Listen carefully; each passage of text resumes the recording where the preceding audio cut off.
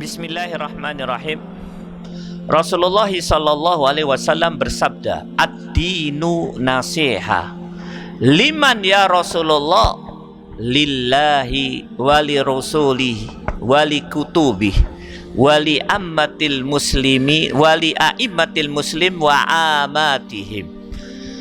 Rasulullah bersabda, sesungguhnya din itu nasihat. Sahabat bertanya, nasihat untuk siapa? Untuk Allah, maksudnya kita mentaati Allah. Untuk Rasul, maksudnya kita mengikuti sunnah Rasul. Untuk kitab, maksudnya kita mengikuti kitab, dalam hal ini Al-Quran. Dan untuk pemimpin-pemimpin dan rakyat. Iman fillah rahimakumullah. Dari hadis ini kita bisa mengambil satu kesimpulan, bahwa ciri utama seorang muslim selalu memberikan nasihat. Tidak terkunci mulutnya, tidak membisu untuk memberikan nasihat. Dan ciri yang kedua, telinganya tidak merah apabila mendengar nasihat. Ya, nasihat itu harus berputar di sekeliling kaum muslimin. Oleh karena itu, pada kesempatan ini saya akan memberikan nasihat. Mudah-mudahan dengan nasihat ini memberikan manfaat bagi diri saya dan siapa saja yang mendengar. Ya. Kekuasaan yang dibangun oleh manusia dimanapun dia berada, apabila melakukan 4 hal. Yang pertama, pendoliman terhadap rakyat, di mana karena kekuasaannya rakyat tidak bisa mendapatkan bagian yang layak, baik itu pangan, sandang, papan, jaminan pendidikan maupun jaminan kesehatan. Ya. Yang kedua, apabila kekuasaan tersebut para aparaturnya, para pegawainya memupuk kekayaan untuk kepentingan pribadi dan membiarkan rakyat berada dalam kemiskinan. Dan yang ketiga, apabila program dan kebijakannya menghasilkan fitnah, yang dimaksud fitnah menurut ulama adalah kesirikan di mana-mana, kekafiran di mana-mana, kemaksiatan di mana-mana, kemunafikan ada di mana-mana, dan bid'ah tersebar di mana-mana.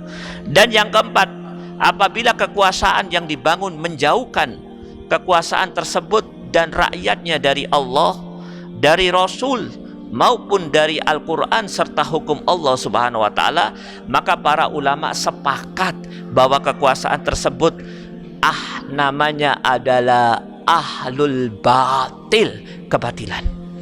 Diddul muslim, diddul Islam wal muslimin, bermusuhan dengan Islam dan kaum muslimin, dan melawan Allah dan Rasulnya. Maka apabila kekuasaan sudah seperti itu, menjadi ahlul batil, maka saya nasihatkan kepada kekuasaan tersebut, dan siapapun yang membangunnya, tinggalkan pekerjaan tersebut. Ingat, kalian sedang berhadapan dengan Allah Subhanahu wa Ta'ala, penguasa alam semesta, pencipta kalian, yang memegang hati dan nyawa kalian. Yang kedua, tinggalkan kekuasaan tersebut, karena Anda akan berhadapan dengan pengadilan Allah Subhanahu wa Ta'ala. Semua yang dilakukan akan memberikan dampak negatif di hadapan pengadilan Allah. Dan yang terakhir saya ingatkan, kehidupan yang sebenarnya adalah di akhirat. Dunia hanya sementara. Kemudian saya nasihatkan kepada kaum muslimin, siapapun dia, jangan mendukung kekuasaan tersebut, jangan berada di belakangnya, dan jangan taat. Kenapa? Karena apabila itu dilakukan, dia akan berada dalam keadaan yang paling menyusahkan di dunia dan di akhirat. Allah Subhanahu wa Ta'ala berfirman di dalam surat An-Nisa ayat 138 dan 139, "Basyiril munafiqin bi anna lahum adaban aliman alladzina yattaqidunal kafirina awliya'a min dunil mu'minin." Al-ayah.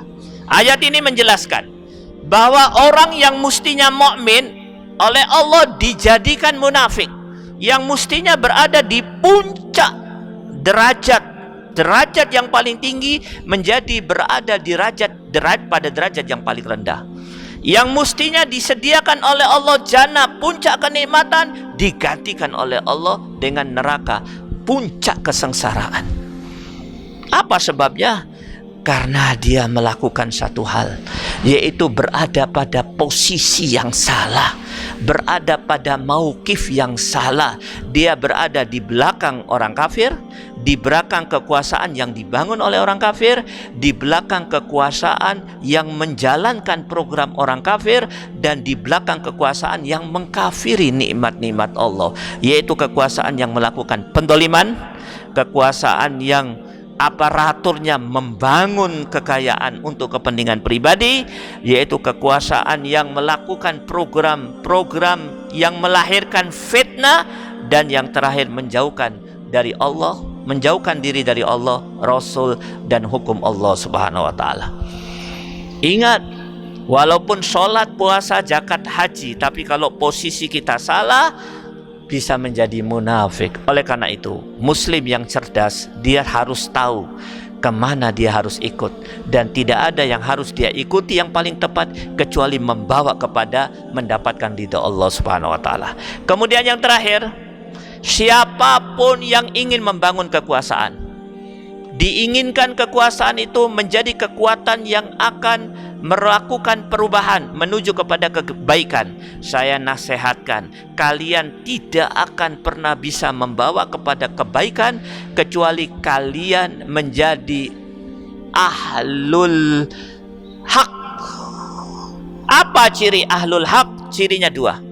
Kekuasaan tersebut dibangun di atas dua pilar. Pilar yang pertama, itaatullah wa itaatur rasul. Kekuasaan yang dibangun dalam rangka untuk mengajak rakyatnya untuk taat kepada Allah dan Rasulnya. Harga mati, tidak boleh ditawar. Dan kekuasaan yang dibangun, segala program dan kebijakannya dibangun di atas pilar, yaitu iqamatuddin, menegakkan hukum Allah Subhanahu wa taala. Ikhwan fiddin rahimakumullah, kaum muslimin yang dirahmati Allah, inilah yang bisa saya berikan. Mudah-mudahan ini nasihat ini memberikan manfaat buat saya, buat kaum muslimin. Ya Allah, sudah saya sampaikan. Ya Allah, saksikanlah, sudah kami sampaikan. Ya Allah, saksikanlah, sudah kami sampaikan. Kami siap menghadapi resiko apapun, dan tidak ada resiko yang paling baik kecuali kematian yang Engkau ridhoi, ya Allah. Wassalamualaikum warahmatullahi wabarakatuh.